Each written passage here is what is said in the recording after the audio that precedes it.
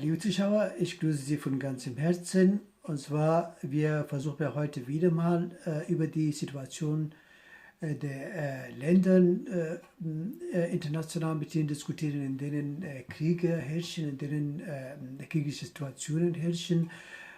Diese Länder sind ja natürlich zahlreich vorhanden und darunter sind ja sehr, sehr viele Staaten in Asien, die von den westlichen Staaten ignoriert werden, in diesen Staaten, da wo Kriege herrschen, sind nur die Finger der westlichen Staaten anwesend. Die westlichen Staaten versuchen ja eigene strategische Ziele in diesen Ländern zu erreichen und aus diesem Grunde lassen die westlichen Staaten solche Kriege am Laufen. Und für die Beendigung dieser Kriege sind ja die westlichen Staaten eigentlich überhaupt nicht interessiert, denn der Waffenverkauf an diese Länder ist ja die eine Sache und zum anderen sind ja die westlichen Staaten bemüht, wie gesagt, die strategischen Ziele in diesen Ländern zu erreichen, zu bekommen und beizubehalten. Darunter sind ja solche Staaten wie Afghanistan, Irak und andere, worüber wir mit ihnen diskutiert haben und nochmal diskutieren wollen. Afghanistan ist eine solche Kriegsherde, über diese haben wir mit ihnen mehrfach diskutiert. Aktuell ist ja so, dass die Regierung von Ahmad von der afghanischen Wahlkommission als gewählter Präsident Afghanistans bekannt gegeben wurde und aus diesem Grunde hätten wir erwartet von den westlichen Staaten, dass die westlichen Staaten ihren Beistand der afghanischen Regierung proklamieren und die afghanische Regierung von Ahmadzai rechtzeitig diplomatisch anerkennen und diese Richtung afghanische Regierung natürlich die notwendige Gratulationsnoten zu senden. Dies ist natürlich nicht in ausreichendem Maße geschehen, was wir für Demokratie und Menschenrechte für Rechtsstaatlichkeit als traurig bezeichnen können. Aus diesem Grunde hätten wir von den Staaten, die in Afghanistan militärisch anwesend sind und ihren militärischen Engagement in Afghanistan vorantreiben, erwartet, dass diese rechtzeitig die Regierung von Ahmadzai in Schutz nehmen und die Regierung von Ahmadzai keine Zielscheibe der afghanischen Mujahideen machen zu lassen, denn die afghanischen Mujahideen der Vergangenheit von westlichen Staaten unterstützt wurden, diese afghanischen Warlords, die wir eigentlich im Sinne von den westlichen Staaten erwartet hätten, dass diese die sogenannten afghanischen Mujahideen fallen lassen. Die afghanischen Mujahideen und die Warlords haben ja natürlich in der Vergangenheit mehrfach Menschenrechtsverletzungen in Afghanistan begangen. Und diese Personen sind natürlich in zahlreichen Verbrechen an Menschlichkeit beteiligt gewesen.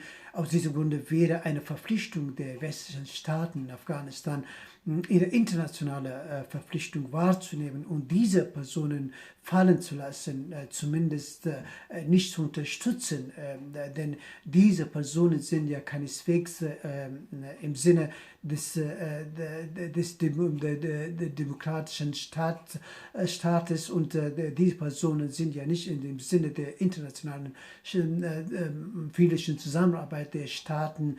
Denn diese Personen sind natürlich, wie gesagt, wollen auch gar nicht den demokratischen Prozess in Afghanistan voranzutreiben.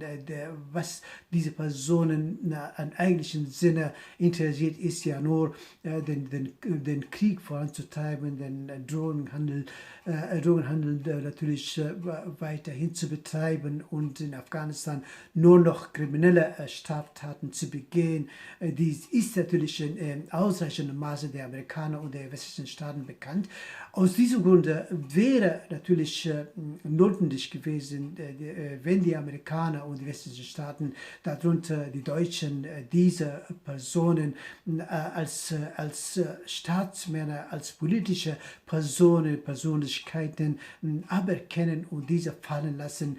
Bislang ist ja dies nicht, wie gesagt, in ausreichendem Maße geschehen.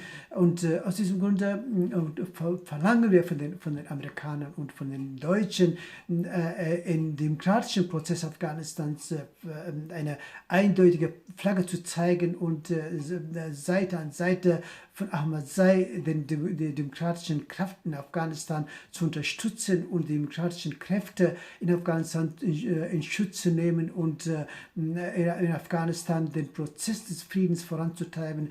Liebe Zuschauer, wir können ja die Errungenschaften der westlichen Staaten in Afghanistan nicht vergessen. Tatsächlich haben natürlich die westlichen Staaten, darunter die Deutschen in Afghanistan, zahlreiche Errungenschaften gehabt und haben. Und aus diesem Grunde, insofern wollen wir für die Beibehaltung dieser Errungenschaften in Afghanistan weiterhin kämpfen.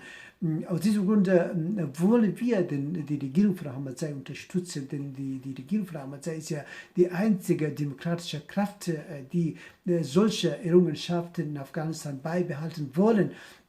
Und in Afghanistan, der afghanischen Bevölkerung eine demokratische Richtung ausgeschlagen haben.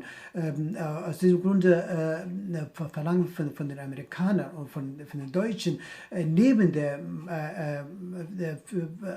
Durchführung der Verhandlungen mit den Taliban die afghanische Regierung in Kabul ihre Unterstützung zu gewähren, denn die afghanische Regierung wäre die einzige legitime Kraft, zukünftig mit den Taliban in eigenem Namen zu verhandeln und den Friedensprozess in Afghanistan weiterhin voranzutreiben, denn die Amerikaner wollen ja auf jeden Preis aus Afghanistan abziehen.